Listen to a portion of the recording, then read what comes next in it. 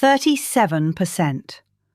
That is the number that should terrify every Republican strategist in Washington right now. Donald Trump's approval rating has collapsed to its lowest point since the early months of his first term. Independent voters have abandoned him at historic rates. 7 Republican senators just voted against his administration's funding priorities. And America's closest allies are openly preparing for a post-American world. Something fundamental has shifted. The coalition that delivered Trump his second term is fracturing in real time. The question is no longer whether this presidency is in trouble. The question is whether anyone in Washington has the power or the will to change course before the damage becomes irreparable. The Pew Research poll released this week captures the scale of the collapse. 2/3 of Americans now disapprove of how Trump is handling his job. Only 37% approve. That figure represents a 3-point drop from just last fall. Among Republicans, approval remains relatively high at 73%, but even that number has slipped. Among Democrats, Trump holds just 5% support. And among independents, the voters who decide close elections, the picture is devastating. The Economist and YouGov poll tells an even starker story. Trump's net approval among independent voters has plunged to negative 40 percentage points. Only 27% approve. 67% disapprove. That represents a significant decline from the previous week and marks the lowest point among independents across both of Trump's terms. The pollsters themselves caution that weekly variation could explain some of the movement, but the trend line has been consistent for months. Independents are leaving. Half of all Americans now say the administration's actions since taking office have been worse than they expected. Only 21% say things have been better. Fewer than half believe Trump has the stamina and sharpness to serve effectively. Just 35% say he is someone they are proud to have as president. And only 32% believe he is in touch with the problems ordinary Americans face in their daily lives. The erosion extends to what was supposed to be Trump's signature strength, immigration. For months, administration officials insisted that the American public supported aggressive enforcement actions. The polls told a different story even before this week. A Wall Street Journal survey found 58% of respondents saying the administration's deportation efforts had gone too far.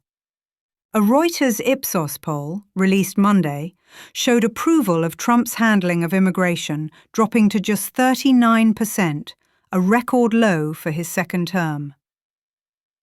Then came Minneapolis. Alex Pretti was a 37-year-old intensive care nurse who worked at the Veterans Affairs Medical Center. He had served veterans for years. He held a Minnesota state permit to legally carry a firearm. He had no criminal record. His only interactions with law enforcement had been traffic tickets. On the morning of January 24th, he was filming federal immigration agents near the intersection of Nicollet Avenue and 26th Street. He was directing traffic. He was helping protesters stay safe. He was doing what nurses do, trying to help. What happened next has been captured on multiple videos verified by Reuters, the BBC, the Wall Street Journal, and the Associated Press. Federal agents pushed a woman to the ground. Pretti stepped between the agent and the woman. He put his arm around her. He was then pepper-sprayed and wrestled to the ground by several agents. Around 6 officers surrounded him. Video footage shows one agent removing Pretti's gun and stepping away from the group. Moments later, another officer pointed his handgun at Pretti's back and fired 4 shots in quick succession. Several more shots followed as another agent also appeared to fire. Pretti died on the street, less than 2 miles from his home. The administration's response followed a now familiar pattern. Homeland Security Secretary Kristi Noem claimed Pretti had brandished a weapon and attacked officers. Stephen Miller, the Deputy Chief of Staff, initially called Pretti a would-be assassin. Border Patrol Commander Gregory Bovino claimed Pretti intended to massacre law enforcement. These claims directly contradicted the video evidence. Witnesses who filed sworn statements before the U.S. District Court of Minnesota said Pretti never brandished a gun. His parents called the lies about their son sickening and reprehensible. They pointed out that the footage clearly showed Pretti holding a phone in one hand, while his other hand was raised above his head. This was the second fatal shooting by federal immigration agents in Minneapolis this month. 2 weeks earlier, ICE officers shot Renee Good, a 37-year-old poet and mother of 3, as she drove her SUV away after partially blocking a street. The pattern was the same. Administration officials immediately blamed the victim. Video evidence contradicted their claims. At least 6 people have died during ICE enforcement efforts nationwide since last year. At least 6 more have died in ICE detention centers since the start of 2026, following at least 30 deaths in custody last year, a 2-decade high. Governor Tim Walz said the federal government cannot be trusted to investigate these killings. Minnesota's Attorney General Keith Ellison called it a cover-up. Senator Amy Klobuchar demanded that immigration officers leave the state entirely. Mayor Jacob Frey asked how many more Americans need to die before the administration realizes a partisan narrative is not as important as American values. A GoFundMe for Pretti's family reached $1 million within 24 hours. Thousands attended candlelight vigils across the Twin Cities. The NBA postponed a game between the Minnesota Timberwolves and Golden State Warriors due to safety concerns. The killing transformed a budget dispute into a political crisis. Democrats had already been demanding accountability measures for immigration enforcement agencies. Now they had a specific death to point to: a nurse, a veteran employee, a licensed gun owner with no criminal history, shot multiple times while federal agents surrounded him. The footage impossible to spin away. The Senate was scheduled to vote on a 6-bill funding package that would have kept large portions of the government operating through September. Democrats said they would not support the package unless funding for the Department of Homeland Security was stripped out and set aside for separate negotiations on ICE and Border Patrol reforms. They wanted body cameras. They wanted a prohibition on agents entering homes without judicial warrants. They wanted an end to agents covering their faces. They wanted basic accountability. Senate Majority Leader John Thune tried to force the vote anyway. He failed. The motion to advance the package went down 45 to 55. 8 Republicans joined all Democrats in voting against it. 7 of those Republicans were fiscal conservatives who objected to spending levels. But the message was clear. Trump did not have the votes. His own party could not deliver. What followed was a remarkable spectacle. The administration that had insisted ICE would operate without restrictions began negotiating restrictions. Trump posted on Truth Social that he would de-escalate a little bit in Minnesota. He sent Tom Homan to the state. He called Governor Walz and claimed they were on a similar wavelength. Border Patrol Commander Bovino was relocated out of Minneapolis.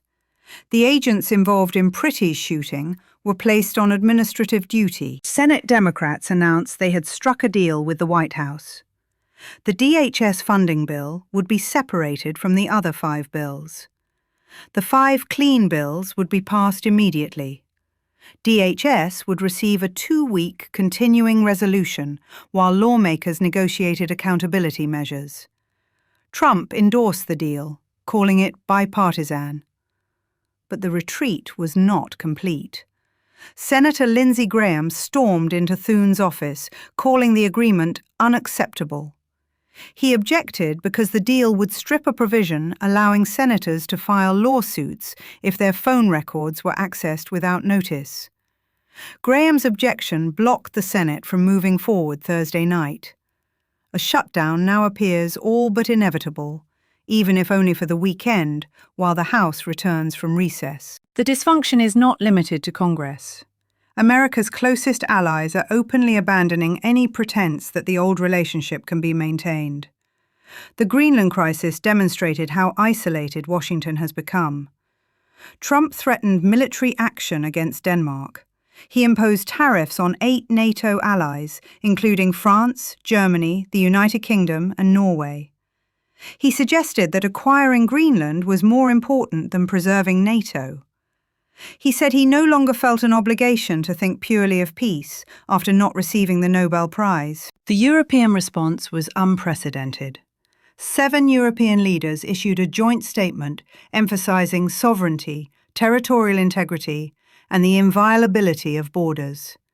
They stated that Greenland belongs to its people and that only Denmark and Greenland can decide matters concerning them. Denmark deployed hundreds of elite combat soldiers trained in Arctic warfare to Greenland. The chief of the Royal Danish Army went personally.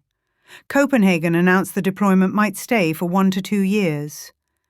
Under a 1952 standing order, Danish troops are legally obligated to shoot back if Greenland is attacked. The Danish government confirmed the order remains in force. The European Union said members would be required to assist Denmark under mutual defence obligations. NATO began discussions about establishing a permanent mission in Greenland called Arctic Sentry. The Danish Defence Intelligence Service mentioned the United States as a potential threat to national security for the first time in its history.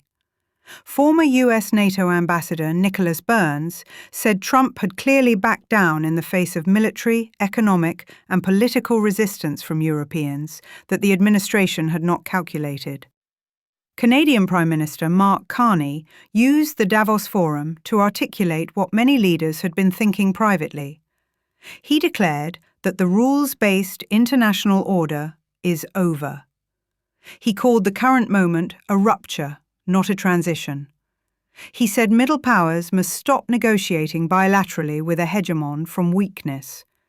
He warned against what he called the performance of sovereignty while accepting subordination. Carney announced 12 new trade deals across 4 continents in 6 months.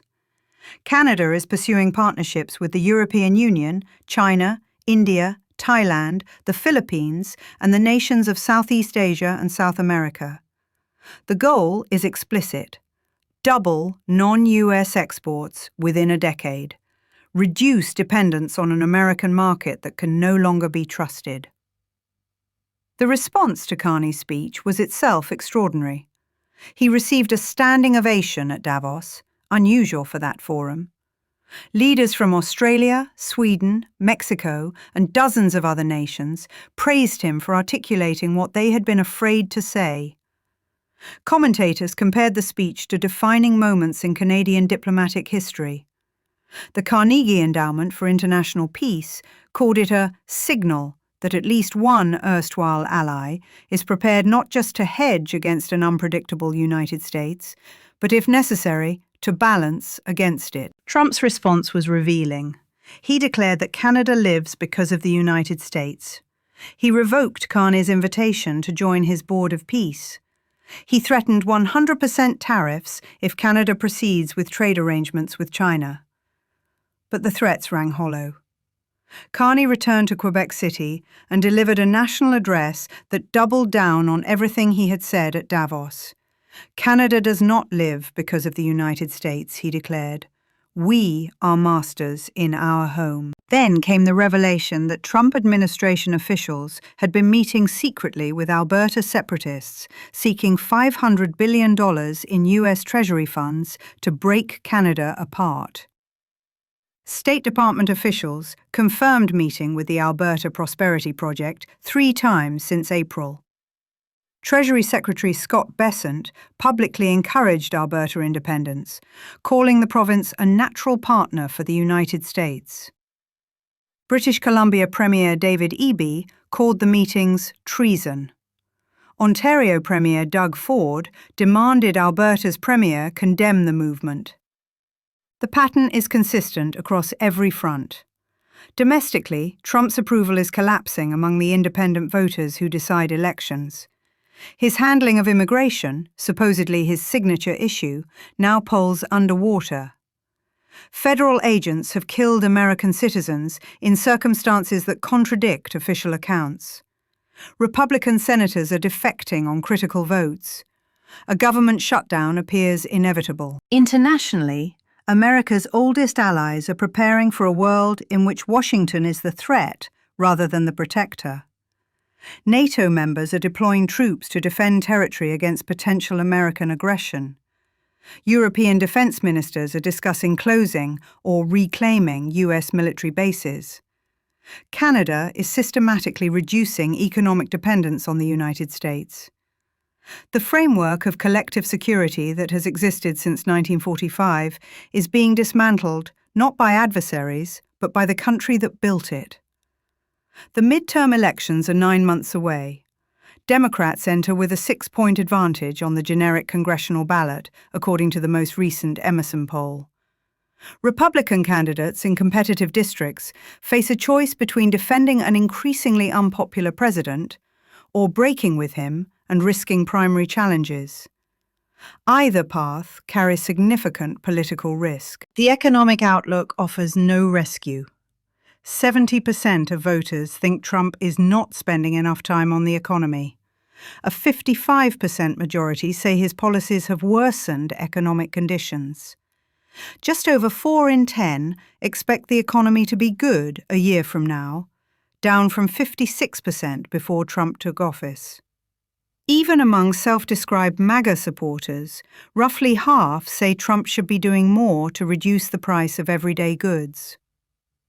There is a temptation in Washington to view these numbers as temporary fluctuations, to assume that something will happen to change the trajectory: a foreign policy success, an economic upturn, a distraction that resets the conversation. But the structural problems run deeper than any single news cycle can address. The killing of Alex Pretti was not an isolated incident. It was the predictable result of deploying federal agents to conduct enforcement operations in hostile environments without proper training, oversight, or accountability. The government shutdown is not a tactical disagreement. It reflects fundamental tensions within the Republican coalition about how far to push executive authority. The international backlash is not performative. It represents a genuine reassessment by America's closest allies of whether the United States can be trusted with leadership of the free world. 37% approval. 8 Republican senators breaking ranks. 2 American citizens shot dead by federal agents in a single month. America's closest allies deploying troops to defend against potential American aggression. These are not the metrics of a presidency gaining strength. These are the metrics of a presidency losing control. The question that Washington refuses to ask is whether this can be reversed. Whether the damage already done to institutions, alliances, and democratic norms can be repaired within the remaining 3 years of this term. Whether the coalition that elected Trump still exists in any meaningful form. Whether anyone in a position of power is willing to say what the numbers already make clear. Something has broken, and no one in charge appears to have a plan to fix it.